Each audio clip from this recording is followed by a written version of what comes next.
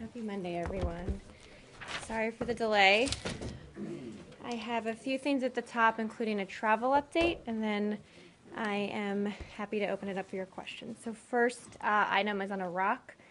The United States condemns the murder of Radio Free Iraq's Baghdad bureau chief, Mohammed, let me start over here. Haven't briefed in a while. The United States condemns the murder of Radio Free Iraq's Baghdad bureau chief, Mohammed Badawi al-Shamari, which occurred following a confrontation at a checkpoint in Baghdad on Sunday. We are deeply concerned about the circumstances surrounding his death, and we call on the government of Iraq to conduct a full investigation into the incident and to hold the perpetrator of this criminal act to account. The killing of any innocent is to be deplored. The murder of a journalist is a particular affront because it strikes at a fundamental pillar of democracy. Our understanding is that the case is now with the Iraqi judiciary, and we call on the Iraqi government to ensure that the investigation is handled in a manner consistent with the Constitution and laws of Iraq. Mr. al-Shamari's death is a major loss for the entire country of Iraq, and we extend our heartfelt condolences to his family and to his colleagues. Okay, travel update. I have a bunch of things here, so bear with me and then we'll do questions. As you know, today Secretary Kerry is in The Hague. He's had a number of meetings with the OPCW Director General, Pakistani Prime Minister Sharif, Dutch Foreign Minister Timmermans, British Foreign Minister Haig, and Russian Foreign Minister Lavrov, and I will have a readout of that meeting for you. He also joined President Obama for his meetings with Chinese President Xi, and shortly they'll be going into the G7 summit.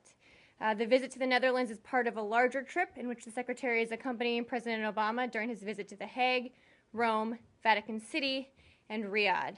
First, on the Nuclear Security Summit, the White House announced a number of steps that Japan, Italy, and Belgium took today, so if folks have questions on that, I'm happy to take those.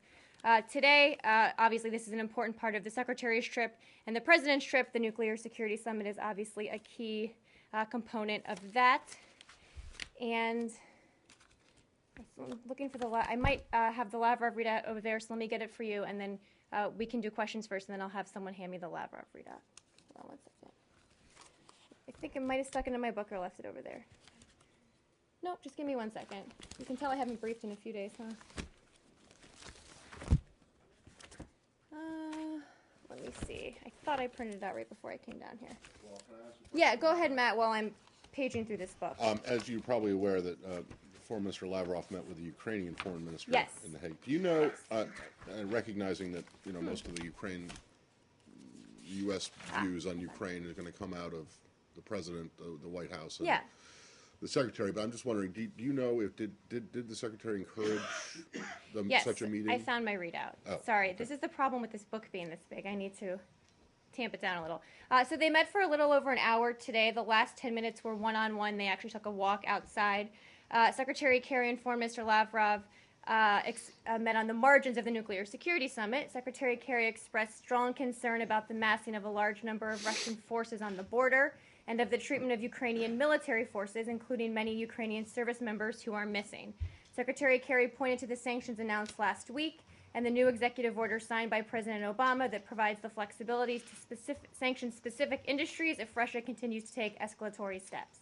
He provided an update on the steps the government of Ukraine has continued to take on constitutional reform to counter extremists and to prepare for elections on May 25th. He urged Foreign Minister Lavrov to de-escalate the situation and pursue a dialogue with the Ukrainian government. As you note, he was scheduled to meet with his Ukrainian counterpart on the sidelines of the Nuclear Security Summit. I don't have a readout, obviously. It wasn't our meeting. Wait, I'm sorry. Wait, the Secretary was, or Lavrov? No, Lavrov was. Yeah, right. Yeah. Okay. Given the pressing timeline for completing the CW elimination effort, Secretary Kerry also expressed the urgency of Syria accelerating efforts to fulfill its obligations under the Chemical Weapons Convention and UN Security Council Resolution 2118. As you know, the G7 is about to meet right now. Obviously, we want to continue isolating Russia from the G8. See no reason to meet with the Russians in the context of the G8, given their current actions. And we'll be coordinating our actions within the G7, including sanctions, and broader action against the Russian economy should they continue to escalate. So those discussions will be happening momentarily in The Hague. Okay, well, recognizing Sorry that, for my no, that's okay. all over the place today. No, that's all right. Just recognizing that's all work in progress. One is a meeting between is the meeting. I mean, there's photographic evidence that the meeting Yes. between Lavrov and the Ukrainian foreign minister took place. So, After the secretary's meeting. right, correct. Yes. Is that something that you see as a positive sign? We do. It was something the secretary encouraged. We've encouraged the Russians from the beginning to directly dialogue with the Ukrainians, and in Right. the meeting today, it's something Secretary Kerry specifically urged Foreign Minister Lavrov to do. I think talking is good, and it's an important step, but what we need to see are Russian actions. All right, and then on the G7 thing, and I realize that this is the White House has been talking about this, but in terms of or not having a G8 meeting in Sochi, is the G7 going to still try to have a summit, or is this someplace else, or in the summer around the same time as the Sochi one was supposed to happen, or is the one that's happening now it? Well, for this year? I think, I don't know what the future plans are for G7 meetings. Obviously, as you said, they're about to meet right now, so I assume we will know more about future meeting plans after the G7 meets today in The Hague. As we've said, we're not going to Sochi, Right. And if we have to have meetings around the same time, we will, but I don't think I have anything else on that specifically Okay, to so preview. I was just curious if the idea was in isolating Russia in the context of the G8, if the idea was also to go ahead and have a summit around the same time that the Sochi one was supposed to happen, but someplace else. The answer is I don't know. I think we'll probably know about where the G7 goes from here after the meeting today. As I said, we're coordinating our actions on sanctions, certainly, and we'll take broader action if Russia continues to escalate. Okay. Thanks, Matt. Yes, Saeed. Go to Get me Iraq. back on track here. Yeah, right. Great. We go back to, you started at the top with Iraq. I did, And yes. the killing and the murder of Mohammed Shimari. Now, are you saying that the government forces may have killed him? Is that what you're suggesting? Because it was altercation at the checkpoint? Well, what I said a couple things. First, the Iraqi judiciary is just Right. beginning their investigation Right. into this crime. I think a lot of the details about what actually happened have already been reported Right. in terms of it being a security guard. As I said, the judiciary is beginning their investigation. I don't want to speculate on all the facts, other than to say, obviously, we strongly condemn the actions that took place here and want the Iraqi government to investigate what happened. Okay. Now, would you describe your relationship with Iraq as being at least precarious at this point? Because yesterday, Prime Minister Maliki really criticized your allies in Saudi Arabia and Qatar. He basically accused them of being behind all the terrorism that is taking place in Iraq. Them being your close allies, security, and you have a lot of security coordination. Do you also arrive at the same conclusion that the Saudis and the Qataris are behind it? Well, I didn't see his comments specifically. I'll make a few points. The first is that we have a strong and continuing partnership with the Iraqi government. We have said since we ended the war there that we will continue working with the government and the people of Iraq to help them build their capacity and move forward past the situation they've been in. Secondly, what we've said is separate from, you're talking about terrorist attacks in Right. general in Iraq. Right. In terms of the terrorist activity inside Iraq, we believe it's a direct result, mostly, of the situation in Syria and the destabilizing impact that Syria's had on Iraq in terms of foreign fighters being able to flow into Iraq and really wreak havoc there as well. So, again, I didn't see his specific comments, but that's how we look at the situation. We're working with the Iraqi government to increase their capacity to fight these threats on their own. Okay, so would you give credence to his claims? Because you also... I didn't see the claims, Saeed. I'd have to take a look at his specific claims. One last question on this. There was supposed to be deliveries of Hellfire missiles, other equipment, helicopters, and so on to Yep. Iraq. Is that still, or is it on hold now, or is it being delivered? Not Do to you know my this? understanding. It's What my is the understanding it's status? ongoing. And we talked about some Hellfires that we delivered, I think, back in December, and some Scan Eagle surveillance platforms as well. It's my understanding it's ongoing, that nothing's changed there, because we do think this is a very important fight to help the Iraqis build their capacity to go after themselves. But I'm happy to check. I just don't think anything's been changed. Yes, Can I Elise. go back to the meeting between Secretary Uh-huh. Kerry and Foreign Minister Lavrov? Was there any talk about Transnistria and concern that there are some in Transnistria that now are talking that, as they voted, years ago that to secede and join Russia, that they now want Russia to annex them? And is there a concern that this is going to, all of these kind of orphan territories are gonna. Well, I haven't, I don't know if that was specifically discussed. I can check with our team on the ground. I know they'll have more details on whether that was discussed in the hour-long meeting. We've said, obviously, we're concerned about Russian aggression in the region, broadly speaking. Obviously, we know this is one region where this has long time been a concern. We talked to our partners in the region, the Moldovans and other, about this specifically.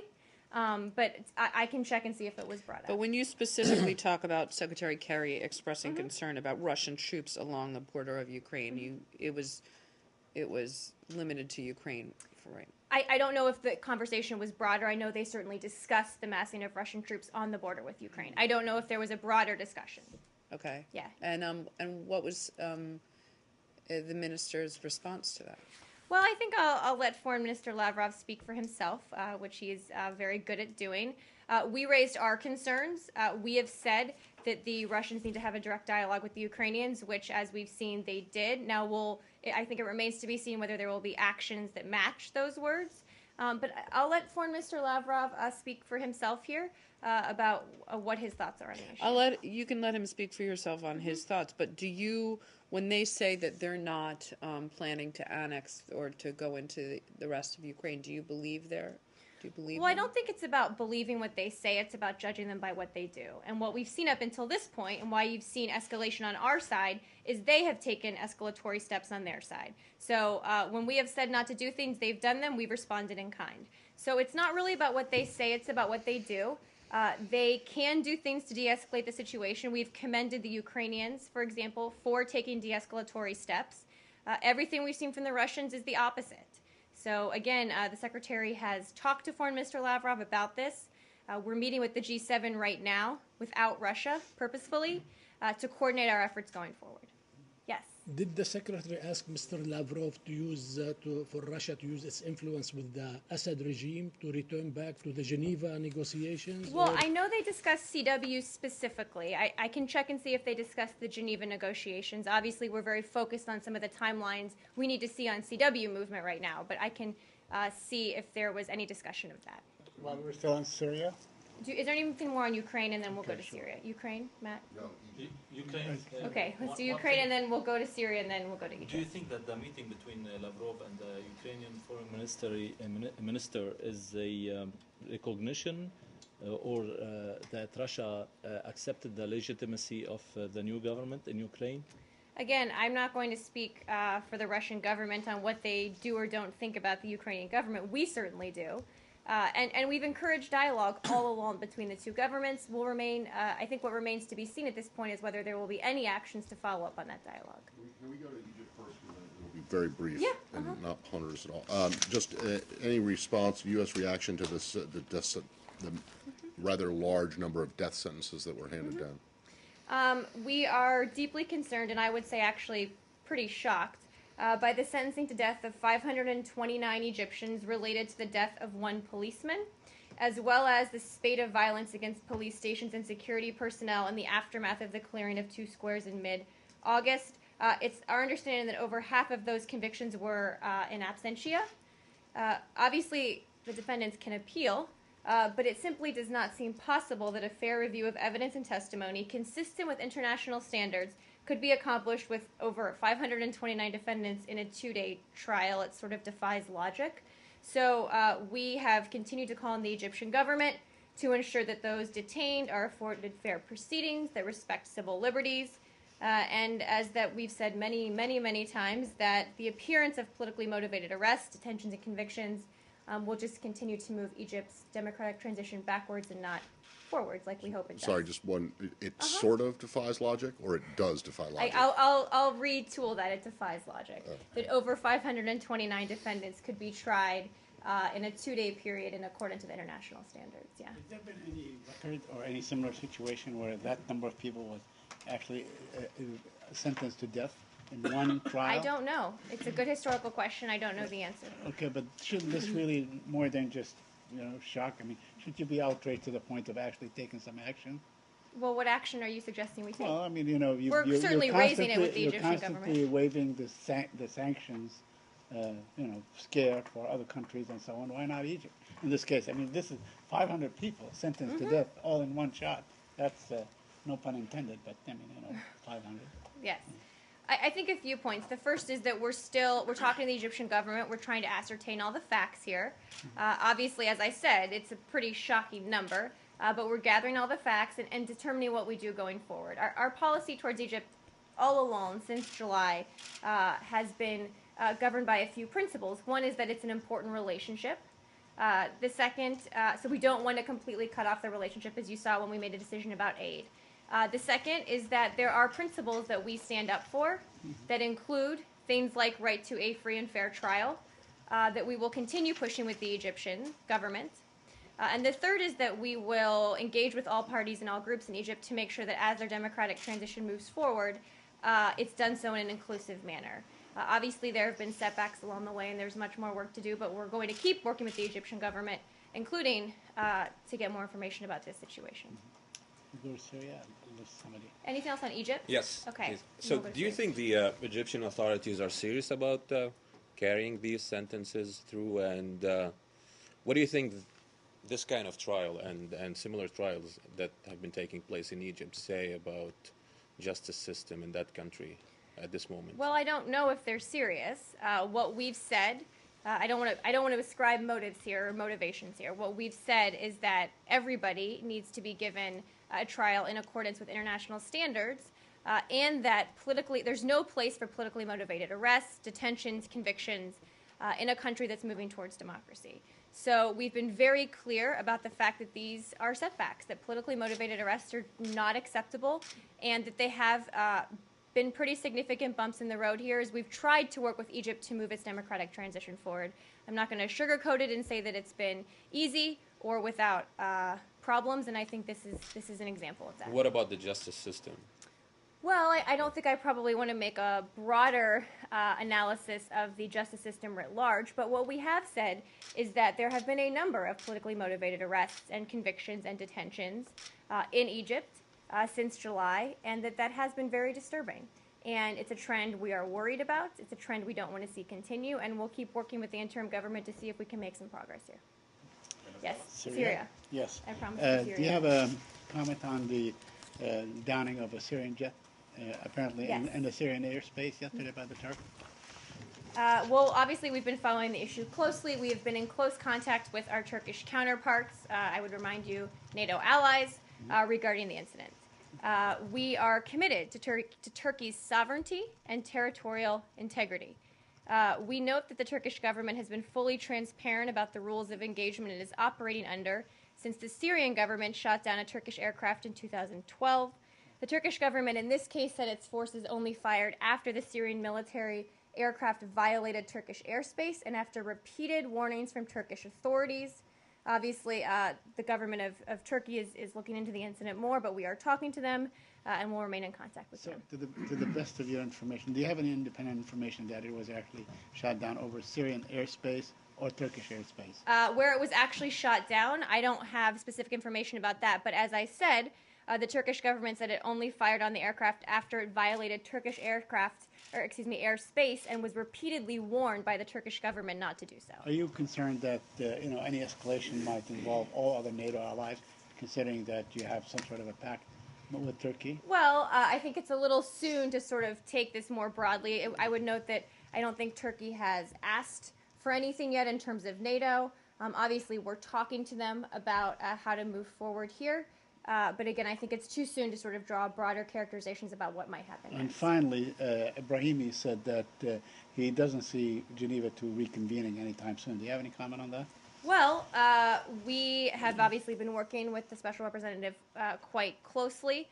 We all want the Geneva process, I would say, to reconvene when we can make progress. And up until this point, we've seen the Syrian regime not come to the table as a party that wants to make progress here. So I know he's working on it to see if and when we can reconvene this and how, to see if we can move this diplomatic process forward. So you said that Turkey has been fully transparent about the rules of engagement. What does that mean exactly? That it is operating under since the Syrian government shot down a Turkish aircraft Right, in but 2012. So I think what it means, without knowing all the specifics here is that, for example, it repeatedly warned the Yeah. Syrian aircraft not to violate its airspace and only then took action. That's what I think rules of Right. engagement refers to here. Right, but the rules of engagement, are they public? You know, is I that can what, is check. that what that means? Or in do we terms mean of- transparent with the United States? I don't know. Well, transparent, I mean, maybe you'd like to see the Turkish government tweet the rules of engagement, or perhaps put them on Facebook or I YouTube would note, I or would note something here like that there have been more tweets from Turkey since the government blocked it than there were before. So can we just... Which is an interesting, I think, signal to people that try to clamp down on freedom of expression that it doesn't work and isn't the right thing to Are do. you helping So- in this?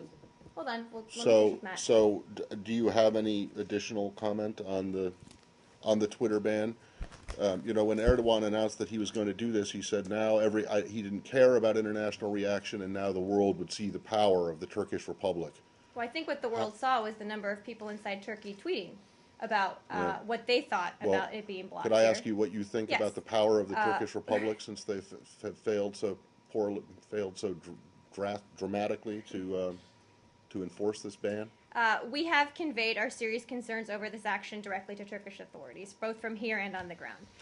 Obviously, we support freedom of expression in Turkey and everywhere else. We oppose any action to encroach on the right to free speech and continue to urge directly the Turkish government to unblock its citizens' access to Twitter and ensure free access to all social media platforms. Right. So but- they can see what you and everyone else tweets. Right. But what does it say to you, if anything, about the power of the Turkish Republic? In what respect? The fact that they've tried to ban it and it hasn't worked. I mean, is this the kind of thing that you want to see a NATO ally doing or boasting about No. beforehand and then No. and then failing miserably at it? Well, the second part, clearly we think it's good that people inside Turkey are still able to express themselves, Right. but that doesn't mean that it should be blocked. I Right. wasn't trying Oh, to give no. that statistic Okay. in terms of saying that it's an acceptable action. So you're- No, clearly this is not an action we think the Turkish government should take. We've told them that directly. We will continue to tell them that directly. There's no place in a democracy for this kind of clamping down on people's right to free speech. There's just not. Okay, and so you would encourage people in Turkey to continue to defy the Prime Minister's ban. Is that, I'm not going to go that far, but what I will say is it's important for people all over the world to hear what the Turkish people have to say. Do you see any connection between the Twitter issue and the downing of the plane, the Syrian plane, perhaps that Mr. Erdogan is trying to export his Not at all. local issues? You don't see that. Not at all. Nope, not at all. Are you helping the Turks in breaking the blockade? Is the United States government? Yeah. No, not to my knowledge. We've been in contact with Twitter and with the government of Turkey about this, but to my knowledge, no, we are not. But we've said very clearly to the Turkish government that this is not acceptable and that we do not think they should be able to block their citizens' access to these kind of social media platforms. Just to clarify, Mary, I asked this question last week that whether United States government is involved with this case With Twitter? In this dispute between the Twitter and the Turkish government in terms of the legal process, and you said that no, still the case. Well, still I don't think I said no. I think Jen said no. But we saw over the weekend, I think, some more actions being taken, right? So I'm not sure exactly how you asked the question last week, but what I can say is that we have been in contact with Twitter and separately with the government of Turkey to talk about the fact that people should not have their access blocked to Twitter. So it is a legal dispute right now, and that Turkish government is pursuing this ban, and they took several additional measures during the weekend to stop the people to use the Twitter, like the DNS ban, etc. Which we think is an encroachment on their citizens' freedom of expression, and we don't think that it should be continued. You are in contact with the Twitter in terms of legal dispute? I'm not saying in terms of any. I don't know the specific legal aspect you're referring to. We are in touch with Twitter, yes, broadly speaking. I don't know exactly what that contact is like, but I don't know if that's an internal Turkish matter. I'm not exactly sure, but we've been in contact with both Twitter and the Turkish government. Because the Twitter is represented by the lawyers right now in Turkey, and there will be maybe a case against. I don't have more details on any legal action that may or may not be happening in Turkey. I just don't have those details. What we've said is separate and apart from that. People should be able to express themselves freely, whether it's on Facebook or Twitter or whatever, Flickr, Tumblr, whatever people want to use. and that governments should not encroach on their, they shouldn't block access for their citizens to do so. And I Because don't the- have a lot more information Yeah, on that. but And Instagram too. the problem. No, Matt's don't gonna don't play favorites I, now, I'm Marie. not. I am not on Instagram, but The problem, the Turkish government is trying to get some information about some users, specific users, who are tweeting against the government. And, what I'm saying is that we and the oppose Twitter, the and Turkish. my question is, Yeah. Twitter assured the Turkish Twitter accounts users that they will not disclose any private information. That would be a question for Twitter, not for me. Yeah, but are you supporting this stand of Twitter against Turkish government? That's not something that I should take a stand on. I don't think that's something that the company, Twitter, can decide on its own. Because- What we have said is that governments should not block access for their citizens. Yes, but at the same time, it's a privacy question. Not only the freedom of expression, but the people are also trying to protect their privacy. Again, And that's the a Turkish question government that's- is trying to get the information of all of the That's users. a question I think is better addressed to Twitter, who controls that issue. What I am saying is people's freedom of expression should not be blocked by their own government. So no comment about the privacy. I don't have more for you than this for you on this case than that. I'm Okay. happy to check with our folks and see if there's more. I Right. just don't think I'll Thank have you, more. please. And another question about the jet incident. Yeah. Are you concerned that this confrontation between Turkey and Syria can turn into a more broader confrontation just before the elections? Because Well, there I will be think that's the question Saeed just asked, and what I said was it's a little too early to make sweeping characterizations about what may come from this. Obviously, we know there was a situation here where the Turks repeatedly warned the Syrians before taking action. I don't think I want to probably draw broader conclusions about what will happen No, going forward. my question wasn't related to NATO. The Said asked in terms of the NATO involvement. Mm-hmm. Beyond the NATO involvement, are you encouraging the parts to de-escalate the tension? I mean, we're certainly in contact with the Turkish government here on this issue. I'm not, I mean, in terms of the parties, you're talking about the Assad regime? No, the parties in your NATO ally, Turkey, because there will be an election this week. Right. And the main, I asked I'm this not question seeing the last week. connection here. The main opposition party urged to not do any military intervention, the unilateral military action against Syria just before the election, to use a populist tool just before the election. So this is the concern of the main opposition party and other I parts think in I Turkey. probably don't have much comment on internal Turkish politics or how they may or may not It respond. turns an international crisis. To kind of remain calm and not escalate the situation. I'm not sure how they. I mean, I'm not sure there's even talk of escalation here. I'm happy to check with our folks and see. To my understanding, it was a limited situation. I haven't heard that there is Isn't it escalation big- here. I'm happy to check with our team. We're still talking to the Turks to get the facts about what happened here. But I quite frankly haven't heard talk that people are worried about that. So because my question is related to another religious site Mm-hmm. within Syria belonging to Turkey. This is a Turkish territory, 35 kilometers from Turkish border within Syria, and it's under threat to some groups, ISIS and other radical Al-Qaeda affiliated groups, and some cabinet members, Turkish cabinet members even, urged not to do anything to provoke Turkey for any unilateral military action, for example. This is another concern for Turkey to be part of the unilateral military action within Syria. So not only the jet, but this is another risk for Turkey to involve with Syria in terms of this kind of military Well, I action. don't have any, in terms of that specific question, any details for you on that. Again, I think I'll let the Turkish government speak for what their response will or won't be here. As I said, we've talked to them, we've gotten the facts of what's happened here, and if there's more to share tomorrow, I'm happy to. Marie, a question that is on Syria. There are reports that 600,000 Syrians have applied for asylum in Europe and the United States. Could you tell us the portion of that is being sought with the United States? I don't know the answer, Saeed. Let me check with our folks and see. Thank you. Just I don't- one I more don't have the question numbers. on the Syrian jet. You said we've established the facts and multiple warning were issued, I guess. By the how, Turkish government. yeah, how did you establish that? Did they share any information with the The State Turkish Department? government? Yeah. With the United States government, they did. I don't know if it was with us or with the Defense Department. Yeah, but they shared like intelligence information about the I don't know incident. if it's intelligence. They told us. They warned the Syrians multiple times. I don't know the details of exactly Yeah, but how what did that you communication- verify what they actually conveyed I to can you? check with our folks and see. Real time during the incident. I don't know. I'm happy to check. It might be, and it might be the Department of Defense, but I'm happy to check with them. So I did just you don't know. did you say though that these pieces of information were verified, or you're not sure? We have no reason to believe that it's not accurate. Correct. Oh, yes. okay, And but- I'm happy to see if there are more details about how we verified it. Correct. No, one more on Syria. News reports said that the U.S. administration has finished its review on its policy towards Syria and decided not to intervene militarily and not to provide the opposition with sophisticated arms and not to allow Saudi Arabia to provide this kind of arms.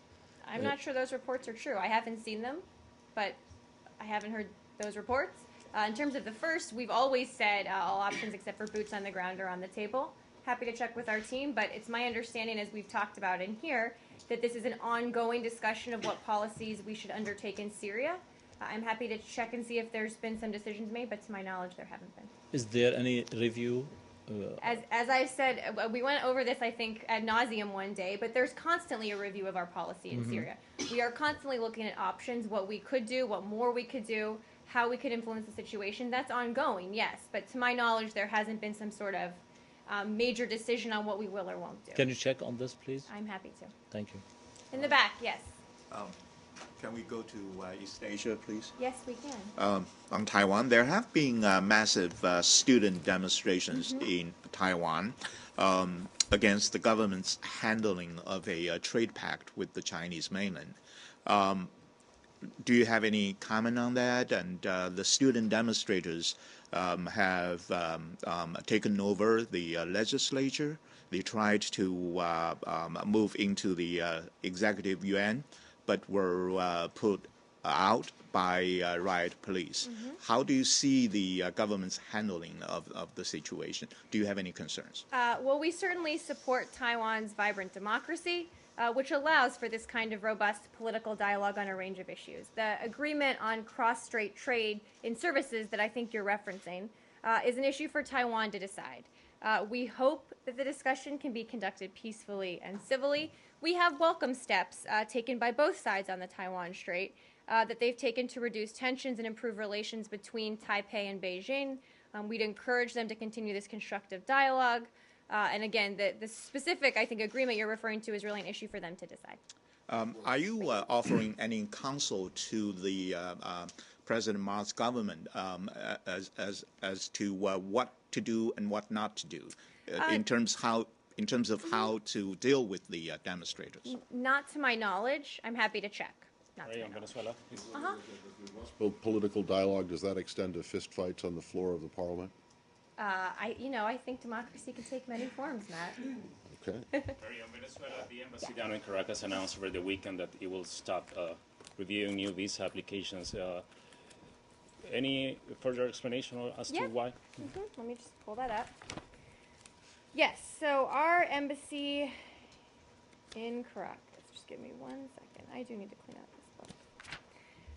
As a result of the recent expulsion of several consular officers and Venezuelan government delays in issuing visas for incoming officers, we regret that the United States Embassy is unable to schedule appointments for first-time tourist visa applicants except in emergency situations at this time. So basically, for first-time B1 or B2 visa applicants, we don't have the resources or the manpower to schedule appointments for them to come in and apply for a United States visa.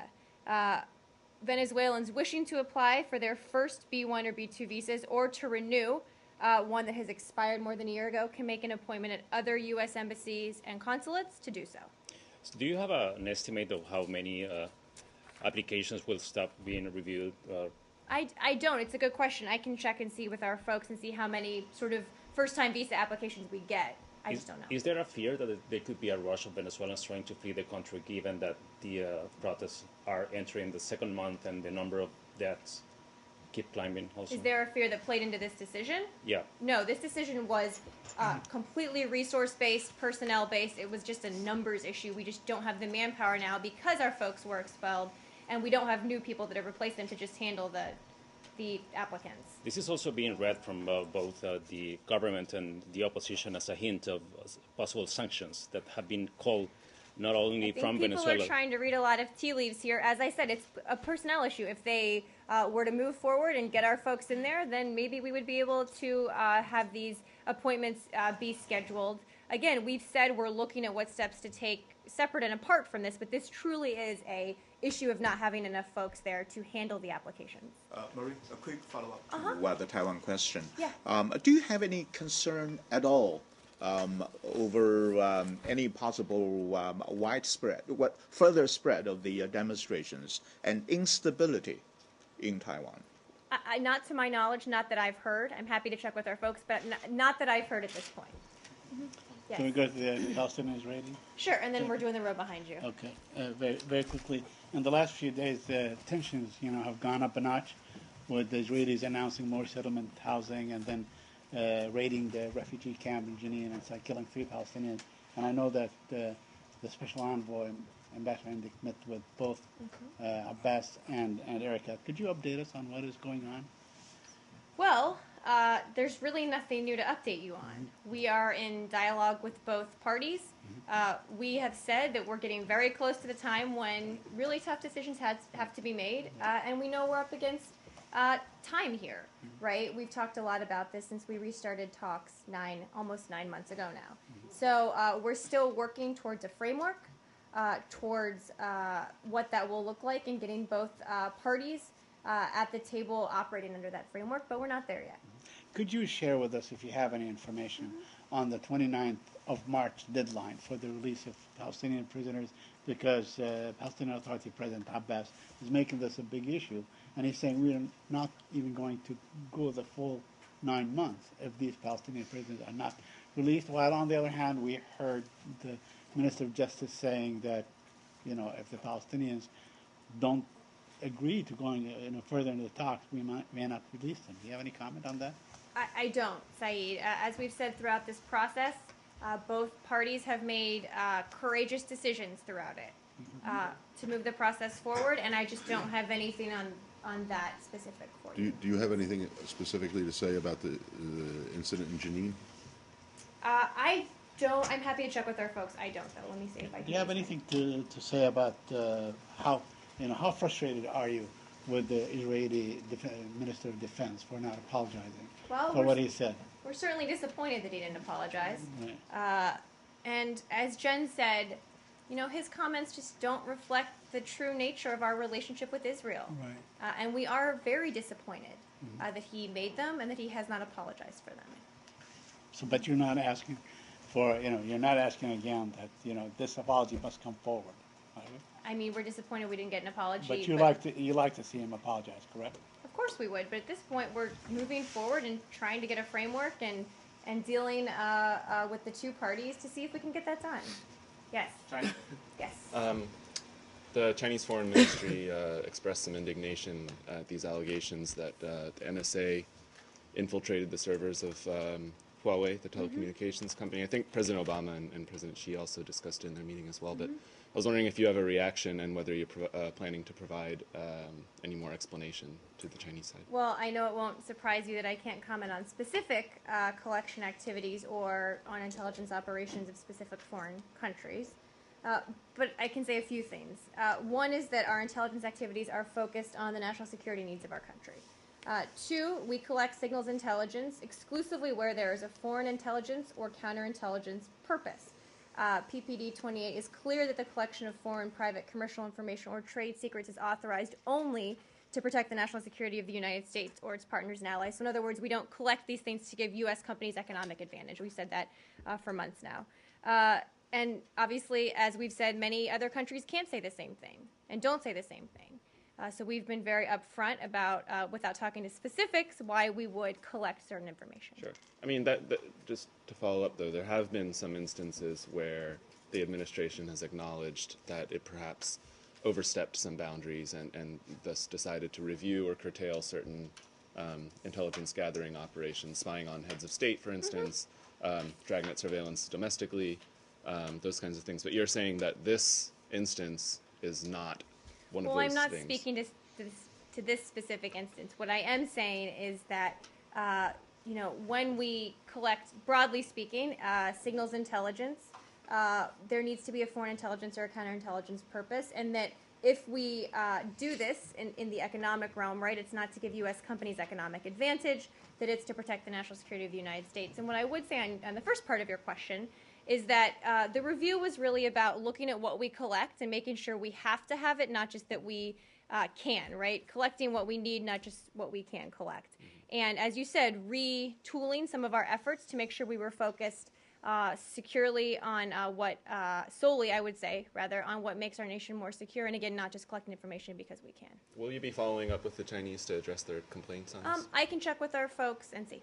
I don't know. Understand, though, it's not a question of whether or not it is written in the U.S. law that this is not supposed to be done. It is the fact that countless time in other instances that law has been broken or it has been bent. I don't think anyone's talked about the law being broken.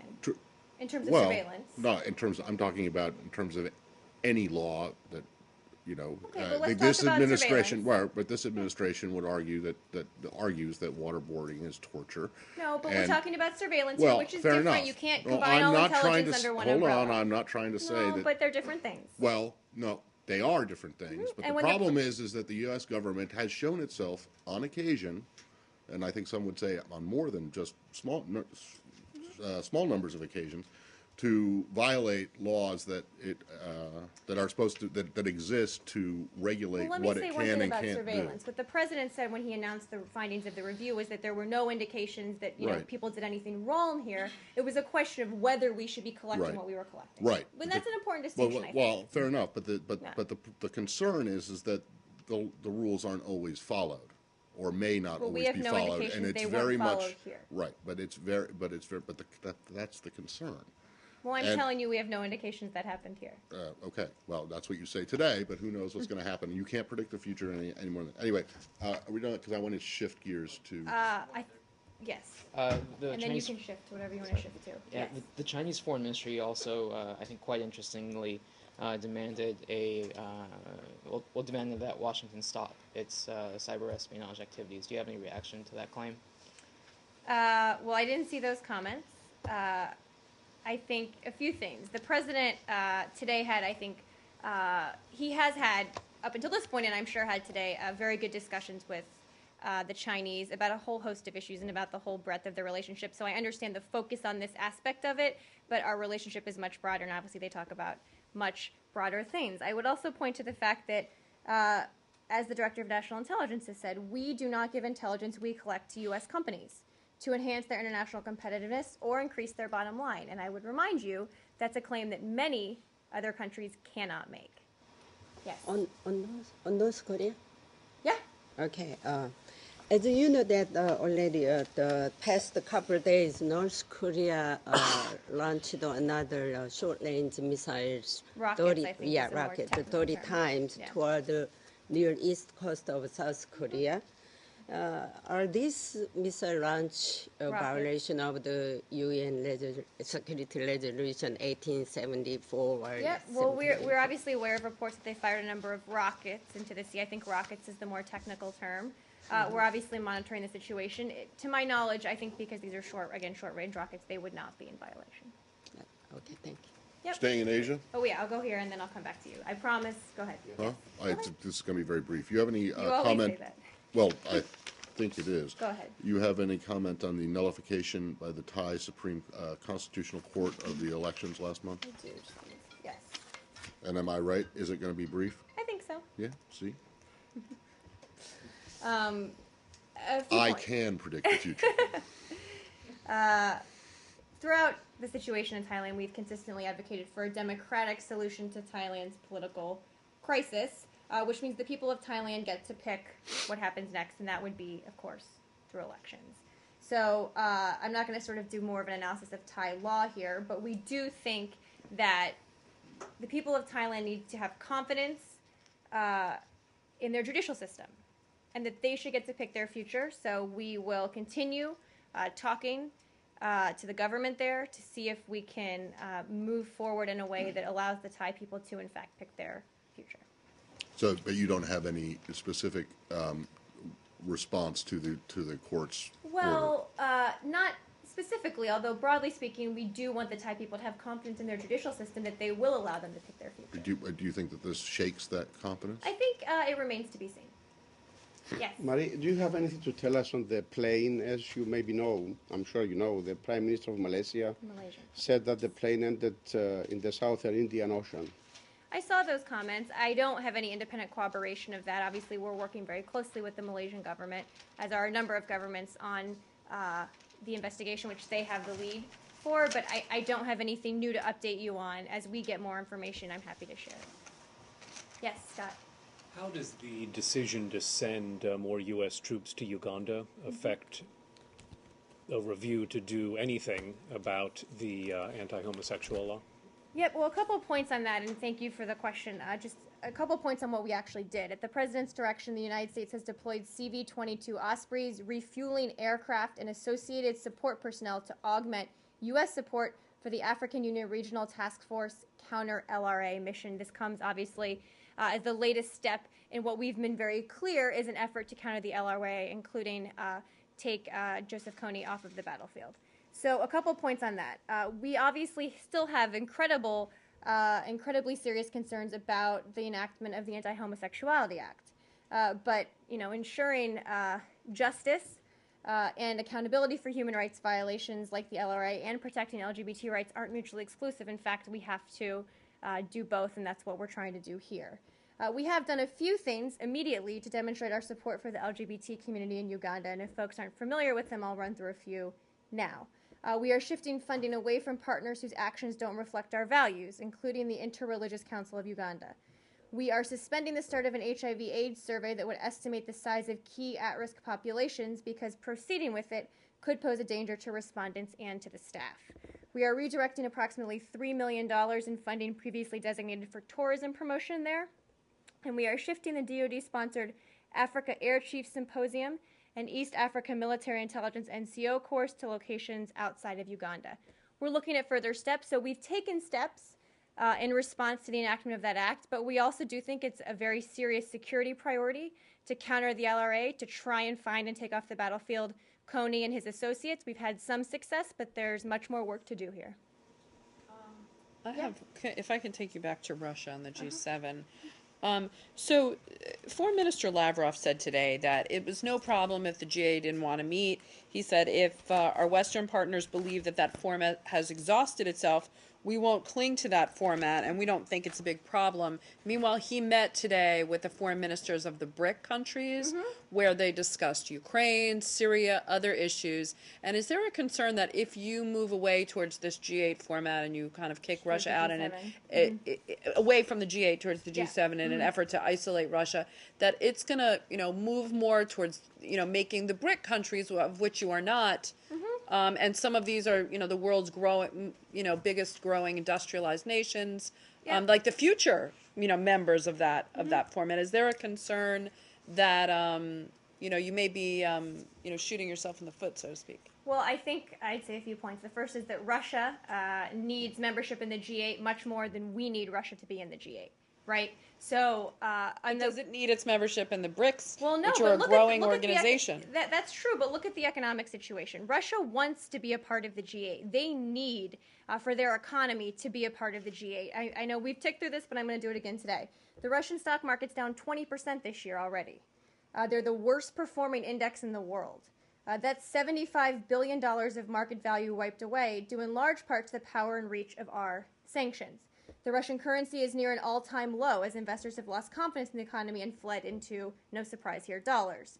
And Russia's actions in Crimea have caused a deterioration in foreign and international investors' confidence in Russia, whose economy is already stagnating from a lack of investment. So they can look for other partners, they can look for other places to grow their economy, but there will be increasingly significant consequences for their economy if they do not de-escalate the situation and do things to remain a part of this group of nations. I understand, but what is it about the group G7? It's a club. It's just a club of very well-performing nations. Yes, it's a club of very well-performing nations, but the BRIC countries are also a group of very well-performing nations, and that includes China, which is one of your biggest international partners on a whole host of issues. So. I mean, I understand. There is no substitute for the G8. There are other places they can look, but there is no substitute for the G8. Until today, Russia was a part of the G8, and and there will be increasing. And it Yeah, still and had its been- stock market still went down 20%, according if your what I figures said, are still right. a member, I said right? were almost So- all directly results of our sanctions we've put in place recently. So, but you said since the beginning of the year. On the stock market, yes, but in terms of the Right. market value. Okay, and But the what other I'm th- saying is, look, Russia's economy is not in a good place already. Right. Put on top of that sanctions, put on top of that international isolation Right. from Europe, from Okay. the United States, from possibly other places. And that doesn't spell economic success for Russia here. They can certainly look other places, but their economy is already stagnating, Right. and there will be increasing consequences on them if they don't de-escalate. Right, but I mean, it's not as if countries don't recover from economic stagnation. That's correct? true, but Russia worked very hard to get into the G8. Okay. So And- they're basically, so Lavrov, when he says, well, we don't care, you think that he's lying. I have no idea why Foreign Minister Lavrov says it. Okay, and then just one other thing. You said the ruble is down and that they've all been converted into dollars? It's near Is an that- all-time low as investors have lost So confidence and fled into dollars. And It is dollars. not into euros? I have dollars here. Some of it may be euros. I don't know. I'd be interested to know actually Yeah. if it's more to dollars than I can check. Than euros. I'm Thanks. happy to Can I check. follow up on this point, Uh-huh. perhaps a little bit philosophically? Are you concerned All of that your the questions are prophecy? philosophical, so No, you- not really. Okay, no, that the prophecy, the West and the rest of Mr. Neil Ferguson become true. That in fact you are dividing the world now. You have the West and the rest of the world is all together. No, not at all. I think what you see here is Russia is all by itself, Mhm. and the rest of the world is united in the fact that. Not if they can bring in China and Well, I think that's Brazil. all hypothetical, Saeed, that we have not seen happen yet. And I would point out at the United Nations and the Security Council, China abstained during a Security Council resolution and did in fact not vote with Russia. So I would be a little hesitant to say that they're just going to follow everything Russia does here because they haven't, in fact, as we've seen. Thank you. One more. About the plane's crash. Did you mean to say that the United States does not agree with Malaysia's I did not announcement? mean to say that at all. I said I have no independent confirmation. We've been talking. I have no reason to believe it's not true. I just don't have any update for you. Okay, thanks.